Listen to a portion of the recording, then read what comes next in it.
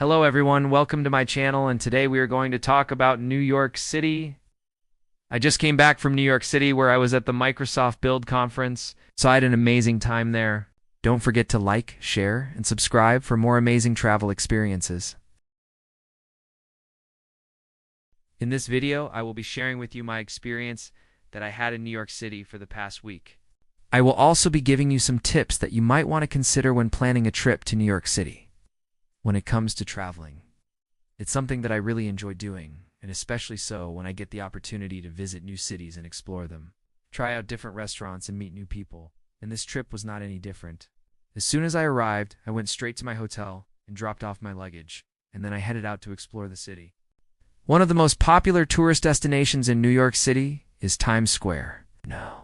That for many people, this is probably one of the first places they want to visit when they come to New York City, because it's right in the heart of Manhattan, and it's surrounded by some of the most famous landmarks in the city, such as the iconic billboards and the bright lights of Broadway. I was actually staying pretty close by, so the first day that I was there, I went straight to Times Square after I checked into my hotel. I enjoyed the atmosphere and I took in all the energy of the city. There are plenty of things to do in Times Square, whether you want to see a show, go shopping, or just take in the sights. There are also plenty of restaurants in the area, so you can grab a bite to eat before or after seeing a show. Some of the restaurants are really expensive, but there are also some more affordable options available. The next place I visited was Central Park. This is one of the most famous parks in the world. It is a great place to relax and enjoy the outdoors. It is also home to a number of famous landmarks, such as the Bethesda Fountain and the Bow Bridge. One of the best ways to see the park is to rent a bike and cycle around the paths, or you could take a boat ride on the lake. If you're looking for something a little more active, there are plenty of sports facilities in the park, including tennis courts, basketball courts, and a golf course. No matter how you choose to spend your time in Central Park, you're sure to have a great time. After spending the day exploring Central Park, I decided to check out some of the other neighborhoods in New York City. I started off in Greenwich Village, which is known for its lively atmosphere and its many restaurants and bars. I had dinner at a restaurant called Minetta Tavern, which is one of the oldest restaurants in the city. It was founded in 1897 and has since become a favorite spot for locals and tourists alike.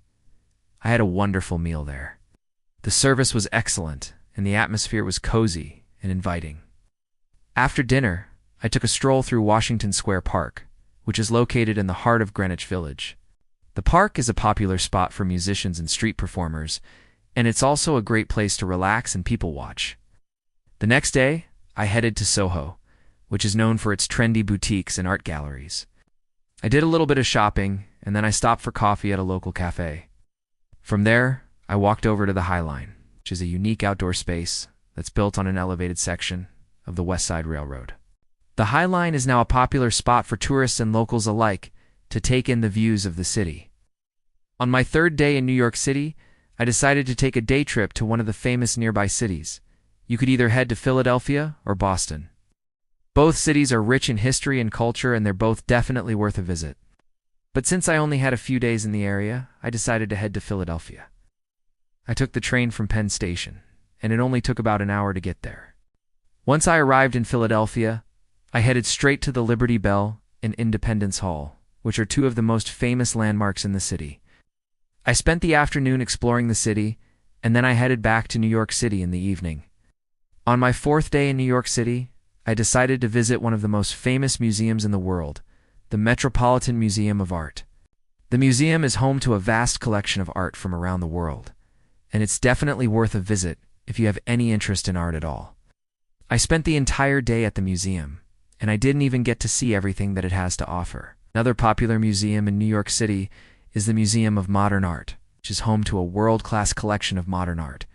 I didn't have time to visit this museum. It's definitely on my list for next time. Of course, no trip to New York City would be complete without a visit to the Statue of Liberty in Ellis Island. The Statue of Liberty is one of the most iconic landmarks in the United States, and it's a powerful symbol of freedom and democracy. I took the ferry to Liberty Island, and then I hiked up to the crown of the statue. The views from the top of the statue are absolutely breathtaking, and it's definitely worth the climb. I highly recommend that if you go there, make sure you buy your tickets online in advance, because sometimes you cannot get the tickets there on the same day. Ellis Island is the former immigration station for the United States, and it's a reminder of the millions of immigrants who came to America in search of a better life. I visited the museum at Ellis Island and learned about the history of immigration to the United States. Another thing you should do when visiting New York City is to see a Broadway show. Broadway is world-renowned, and there are many amazing shows to choose from. I saw a matinee performance of one of the most popular shows in New York City, and it was absolutely fantastic. The acting was superb and the music was incredible. If you love food, then you will definitely enjoy visiting New York City. The city is home to a wide variety of restaurants serving cuisine from all over the world. Some of the most popular restaurants in the city include Carbone, Momofuku, CSM Bar, and Lilia. I ate at many restaurants during my trip, and I loved the amazing food and the fantastic service. If you want to learn more about the history of New York City, you should definitely visit the 9/11 Memorial and Museum. This is a moving tribute to the victims of the terrorist attacks of September 11, 2001. I also visited the nearby Oculus Transportation Center, which is a beautiful architectural structure that was built in remembrance of the attacks. If you're looking for some unique experiences in New York City, you should check out some of the city's many rooftop bars. I visited 235th Rooftop Bar, which offers stunning views of the Empire State Building and the Flatiron Building. I also had a drink at the roof at Park South, which has a more intimate and classy vibe. New York City is a very walkable city, but if you want to get around quickly, you can use the subway or a taxi.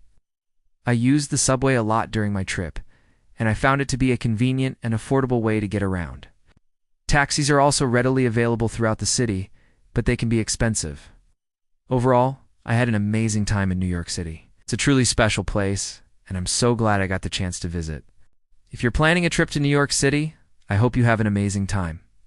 It's a truly unforgettable destination, and I will definitely be back. Thank you so much for watching, and I will see you in the next one.